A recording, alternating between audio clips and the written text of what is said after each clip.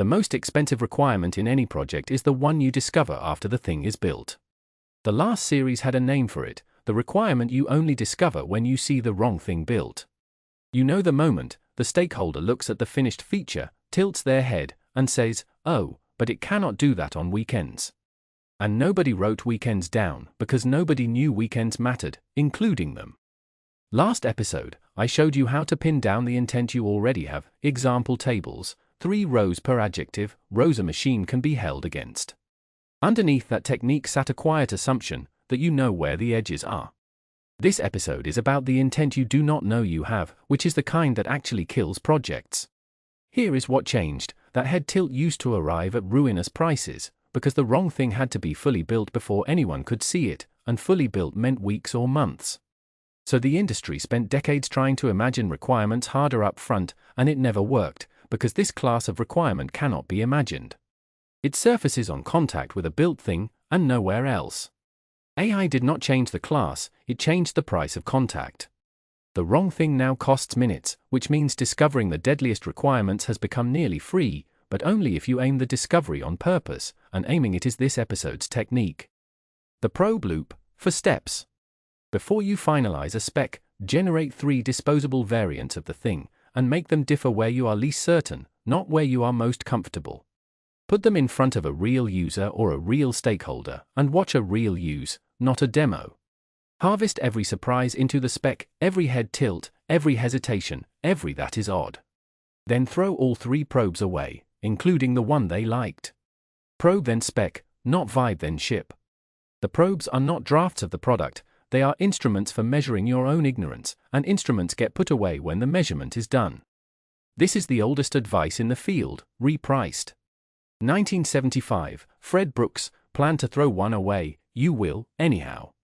50 years later the arithmetic has moved.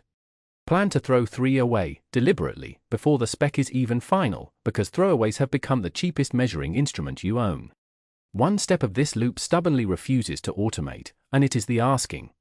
In 2026, a benchmark put 6 frontier models in front of exactly this situation, an ambiguous request, and the option to ask about it. Strong code generation did not translate into good clarifying questions, and performance collapsed as the ambiguity grew. The models built something confident instead of asking. Generating the probes, the machine will do all day, and that is the cheap half. Choosing what to vary, sitting a human in front of the variance, and understanding what the hesitation means, that half does not delegate, and it is the half that matters.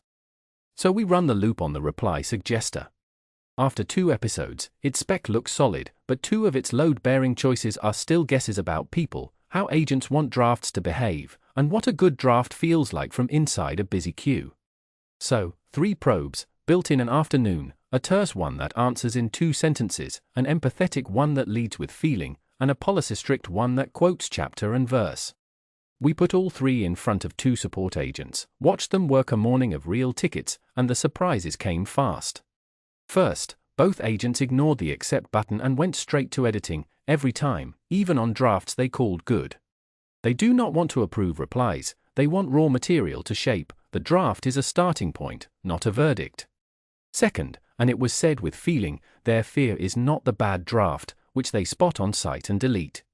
Their fear is the plausible draft that promises something wrong, read on a long day, in a queue that never stops.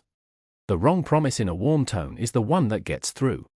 Both surprises went into the spec that same afternoon. A new non-goal, no approve button at all, the workflow is edit first by design. And a promotion, never promise what policy does not offer was already on the page, but we watched 2 professionals name it, unprompted, as the thing they actually fear, so it moved to the top of the list. A month of harder imagining would not have produced either line, and a morning of watching produced both. Notice their shape, too, each one is a checkable claim about behavior, and when this series reaches its verification strand, both will come back as oracles. 2 famous positions land in their proper places here. When Andre Karpathy coined vibe coding in 2025, giving in to the vibes, forgetting the code exists, he scoped it in the same breath, fine for throwaway weekend projects. The culture kept the vibes and dropped the scope. But look at what a probe is, a throwaway by construction, deleted at step 4. Probes are the licensed use of vibe coding, the one setting where surrendering to speed is exactly right, because the artifact's only job is to provoke a reaction and die. And in the same year, Andrew Ng, after naming deciding what to build as the bottleneck, added a nuance worth taking seriously. His teams increasingly fall back on gut feel, because feedback loops now run slower than prototyping. Treat that as an aiming instruction. If prototypes outrun feedback, point the prototypes at the feedback, and build them for the sole purpose of extracting the reactions you cannot get any other way. The self-check runs for 2 weeks, and it is the cheapest in the series. Start a surprise log. Every time a requirement surfaces after something was built, write one line, the date, the requirement, and where it surfaced, rehearsal or production. The log does 2 things for you. It shows your real discovery rate, which is higher than you think, and once probe loops enter your practice, it shows the discoveries migrating earlier, out of production and into the probes, which is the visible proof that the technique is paying for itself. The exercise: on the next feature you spec, run 1 probe loop before you finalize anything. 3 variants, 1 real user, 1 hour, harvest, delete. And start the surprise log today. The artifact is the probe protocol card, linked below with this episode's receipts, how many probes, what to vary, what to harvest, and when to stop. You will know it worked when the surprises keep coming, because they will always keep coming, but they arrive in rehearsal, where they cost minutes, instead of in production, where they cost trust. That closes the intent strand, the spec before the prompt, examples that pin the edges, probes that surface what you could not have written down. Run together, they produce a page that says precisely what should exist. But a spec is a promise about the world, and promises get checked. Next episode, the second strand opens with the skill nobody trained us for and everyone now needs: reading code you did not write.